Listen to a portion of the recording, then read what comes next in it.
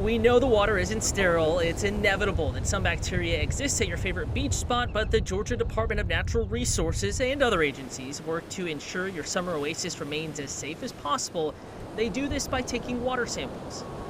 It's area streams and rivers, but also drainage from streets and pools like this that can transport animal feces back into the ocean.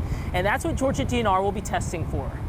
Enterococcus bacteria is not necessarily troublesome bacteria, but it's an indicator that other bacteria that are harmful are present in the water. Bacteria can make its way into our beach water a few different ways. Runoff after rain could drain animal waste into the ocean. It could leak in from a faulty sewer system. Even beachgoers themselves can leave behind certain bacteria. It is from warm-blooded animals. It's from the intestines of warm-blooded animals, so it could be wildlife, it could be human. It wouldn't be from fish or snails or crabs or anything else. Now, you may only hear about advisories every so often, but water tests are being done frequently. Now, the sample gathering process really isn't that complicated. You may see William or another Georgia DNR marine technician wading out into the surf on a beach day. It's a quick dunk,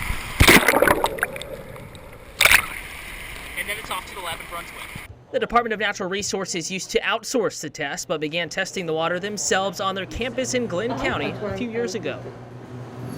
In the lab, scientists run that sampled beach water through a filtration system. Any bacteria present will get stuck on a tightly woven piece of fabric placed in the system, which is then removed, set aside, and bacteria is allowed to grow. Bacteria growth, if any, will be monitored and counted, then reported to the health department for joint evaluation. The decision to issue an alert will be made then. It's just something we want people to be aware of. If you have a big open wound, if you have a suppressed immune system, perhaps the very young, the very old, you might want to consider before you go to swim at that beach. These alerts serve as a word of caution and could signal more harmful bacteria in the water. If bacteria are ingested and you do get sick, stomach impacts like nausea, diarrhea, and vomiting are the most common symptoms. You can be alerted to beach advisories in the WTOC News app, of course, on TV, and at WTOC.com. Remain aware, stay healthy, and, of course, have fun this beach season. Cutter Martin, WTOC News.